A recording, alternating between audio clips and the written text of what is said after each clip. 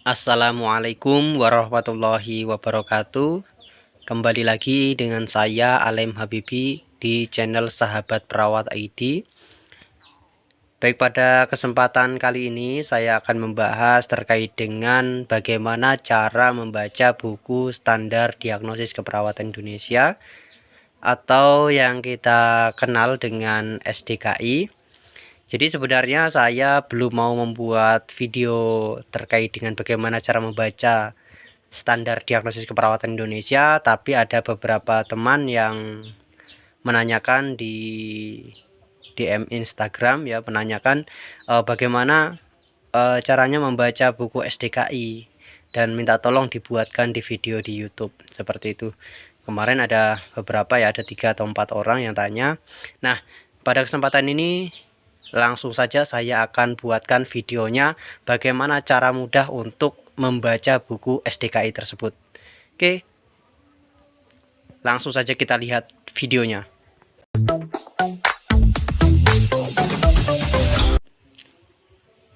Baik, kita sekarang membahas tentang buku standar diagnosis keperawatan Indonesia. Ini adalah buku yang saya gunakan pada saat saya berproses pada pendidikan profesi nurse ya. Ini masih saya gunakan sampai saat ini. Nah, bagaimana cara membacanya? Di sini ada keterangan bahwa standar diagnosis keperawatan Indonesia itu ada definisi dan indikator diagnostik. Nah, cara membacanya adalah kita buka dulu ya bagian di sini ya, daftar isi. Nah, apa yang kita perlukan di sini bisa teman-teman lihat di daftar isi di sini ya. Nah, saya dekatkan. Iya. Nah, di sini ada kategori fisiologis. Kemudian di sini ada subkategori ya. Ini bisa dibaca apabila teman-teman misalnya mencari diagnosa keperawatan ya. Di sini ya D.0001 bersihan jalan napas tidak efektif. Ini halaman 18. Maka teman-teman langsung saja buka di halaman 18 sesuai dengan ada yang apa yang ada di daftar isi ya. Halaman 18. Oke. Nah, di sini ya. Di sini teman-teman bisa melihat diagnosis keperawatan ya di sini. Ini ada definisinya, kemudian ada penyebabnya. Di sini sudah jelas ya. Kalau kita menggunakan secara teori memang sesuai dengan apa yang dituliskan di buku di sini. Ya, tetapi teman-teman kalau di lapangan ya mengerjakan studi kasus gitu ya. Teman-teman tidak perlu menuliskan ini semua. Ya, artinya apa? Teman-teman menyesuaikan dengan pasiennya. Ya, kalau di sini ada penyebabnya spasme jalan napas. Kalau nulis di diagnosa keperawatan mungkin bersihan jalan napas tidak efektif berhubungan dengan spasme jalan napas. Dibuktikan dengan tanda gejala mayor dan tanda gejala minor. Tuliskan seperti itu. Nah, di sini juga teman-teman perlu ketahui juga di sini ada kondisi klinis terkait. Nah, di sini teman-teman bisa membaca ya. Teman-teman tidak perlu bingung dengan ini apa namanya, bagaimana cara menggunakan ini. Intinya pada saat teman-teman membuat laporan pendahuluan, teman-teman wajib memasukkan ini semua ya di diagnosa keperawatan di laporan pendahuluan. Tetapi pada saat teman-teman mengerjakan di studi kasus ya atau kasus kelolaan, teman-teman tidak perlu menuliskan ini semua. Artinya apa? Teman-teman hanya memasukkan sesuai dengan pasien itu sendiri. Oke teman-teman, ini misalnya bersihan jalan napas tidak efektif. Oke, yang lain misalnya kita cari untuk hipertermi ya. Hipertermi, teman-teman bisa mencari hipertermi. Nah, hipertermi ini peningkatan suhu tubuh ya di sini ya.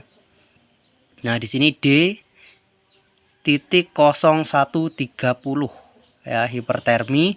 Ini bisa dibuka di halaman 284. Oke. Sekarang kita buka 284.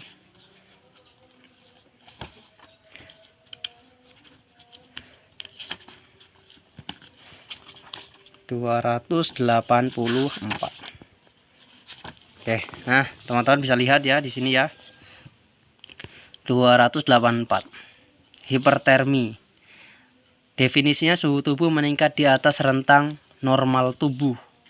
Penyebabnya ada dehidrasi, terpapar lingkungan panas dan lain sebagainya. Kemudian ada gejala dan tanda mayor, ada tanda minor, kemudian kondisi klinis ya, teman-teman bisa lihat ya, kondisi klinis.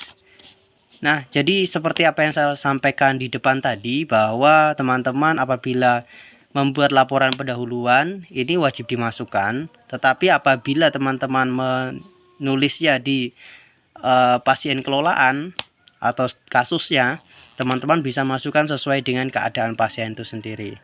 Nah, mungkin cukup sekian ya pembahasan kali ini terkait dengan bagaimana cara membaca buku standar diagnosis keperawatan Indonesia. Sangat mudah dan mungkin teman-teman perlu dilatih, dibiasakan saja untuk membaca ini.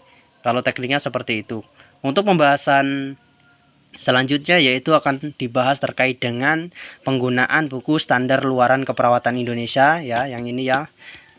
Kemudian ini untuk menentukan kriteria hasil keperawatan setelah mengetahui diagnosa keperawatan, dan akan saya juga bahas terkait dengan buku standar intervensi keperawatan Indonesia.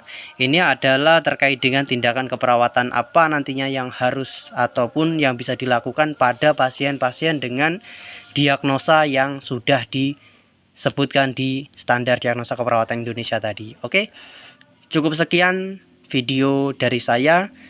Saya harap video ini bisa bermanfaat buat teman-teman yang lagi belajar terkait dengan buku Triple S atau SDKI, Standar Diagnosis Keperawatan Indonesia, SLKI, Standar Luaran Keperawatan Indonesia, dan buku Standar Intervensi Keperawatan Indonesia atau SIKI. Oke, cukup sekian dari saya. Apabila ada salah kata, saya mohon maaf. Saya akhiri. Wassalamualaikum warahmatullahi wabarakatuh.